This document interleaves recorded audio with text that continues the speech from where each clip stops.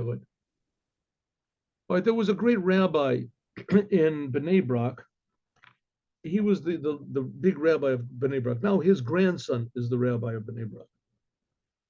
His name was Rabbi Yaakov Landau. Rabbi Yaakov Landau was a very talented, very unique person.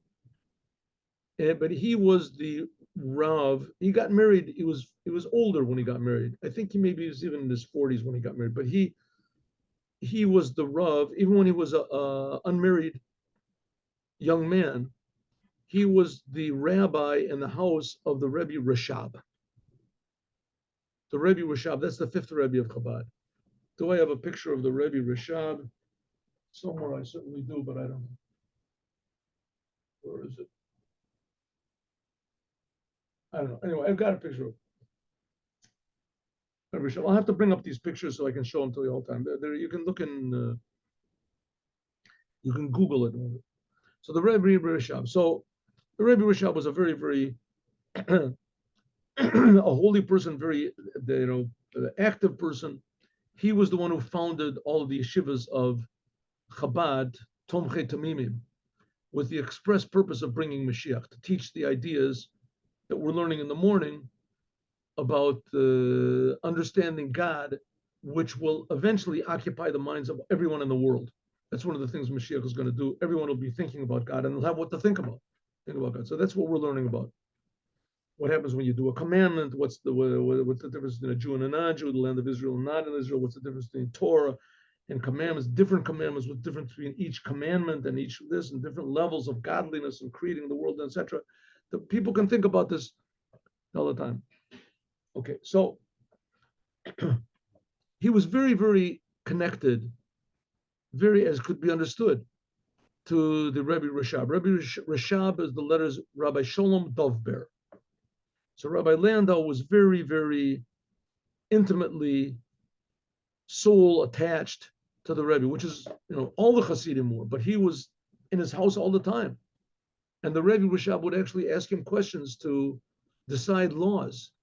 Very, very unusual. The Rabbi Landa was a very unusually talented and genuine person. So, well, the story goes like this, that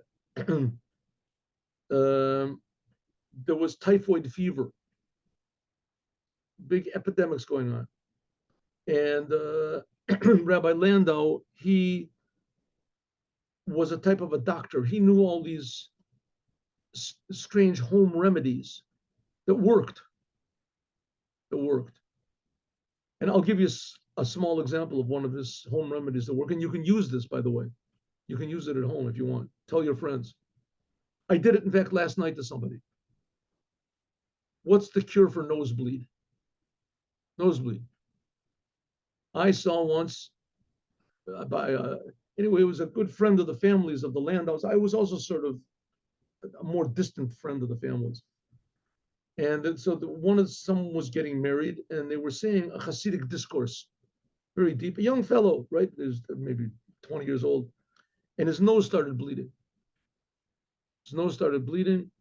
This is a very parenthetical statement to the story that I'm about to tell you, but his nose started bleeding, and it was bleeding on his garment, on his white shirt, and he just sort of didn't notice it. He just sort of noticed that it was something damp a little bit, and he put his finger to his nose. It was all bloody, but he didn't really. He just kept going.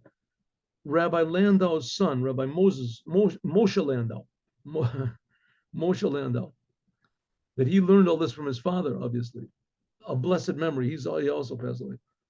He stood up, he took a string from somewhere. I don't know where he got a string. Maybe it was from his garden. Anyway, he tied it around this little finger of this fellow whose nose was bleeding. He tied it, just wound it around his finger. Let's see if I can get this over here. You see this here? Watch this. Like this. This is not a classic first aid, but anyway, he wound it around his finger like this a couple of times, made it very tight, and the nosebleed stopped. It was pouring blood to stop. And I did this. I had guests on Shabbat, and one of my guests on Shabbat, nose was bleeding, and it was the same thing. I tied something a little bit around his finger, and it stopped. You can try it on your own. Anyway. So Rabbi Landau Rabbi Yaakov Landa, he was the elder, then that's the story is about, is he was also a bit of a doctor, and he went and helped people and comforted people. There really wasn't any known medicine or treatment for typhoid fever. Maybe nowadays there is, but back then there wasn't. So he would take care of people and help them and everything later. And he eventually contracted the disease himself. Now, how did the disease work?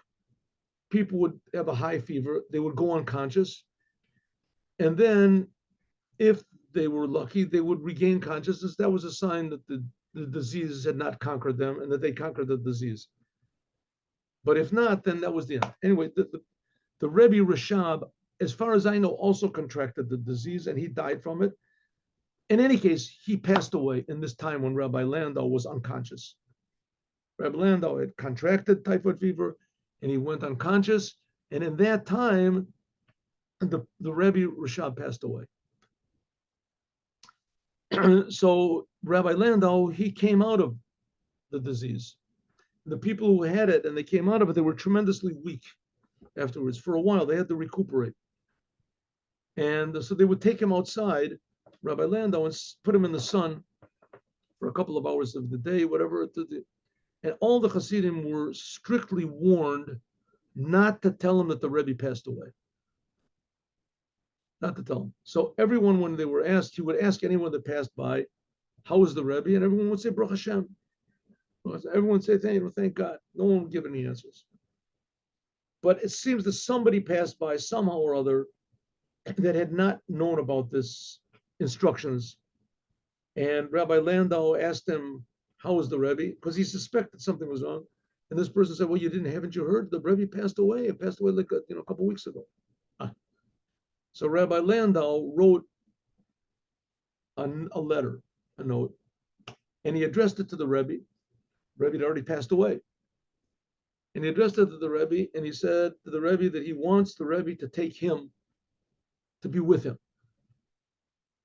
He doesn't want to live in the world without the Rebbe. He requested the Rebbe should take him away, and that he should be with the Rebbe. And he gave it to one of the Chassidim, and said, take it to the Rebbe. Now, this all happened in the city of Rostov. Anyway, that's where Rabbi Landa was, and that's where the whole thing took place. So he gave it to one of all of Chabad moved over there. That was in beginning of World War I. So the Rebbe Reshab moved all of Chabad to this place of Rostov because it was dangerous. It was too close to the front, and Lubavitch was in White Russia was already there in the front.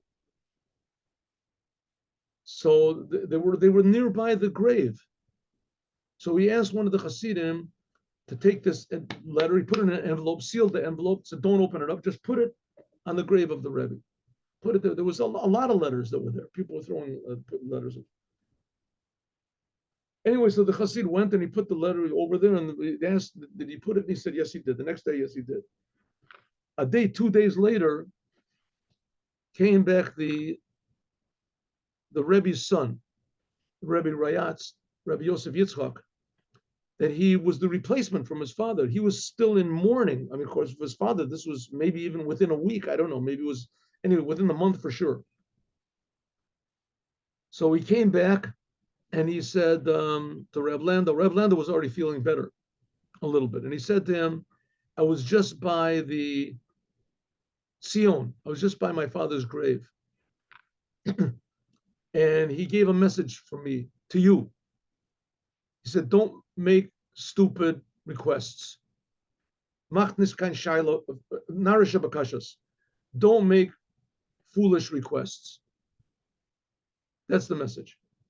In other words, the Rebbe got the message. He received the message. How he received the message, I have no idea, but he received the message. And he gave a reply. He gave a reply back to his son. So from this, we learn a lot of very interesting things from the story. Number one, how attached Rabbi Landa was to the Rebbe Reshab. And he knew it was, it was an outlandish request, but on the other hand, it was a genuine request that he made. And number two, that the Rebbe Reshab, the Rebbes are with us as much when they're, after they passed away, so to speak, as they're here, because he got the letter. And not only that, he even reply to the letter, and also tells about the holiness of the Rebbe Rayatz, his son, that he was able to receive this reply from his father.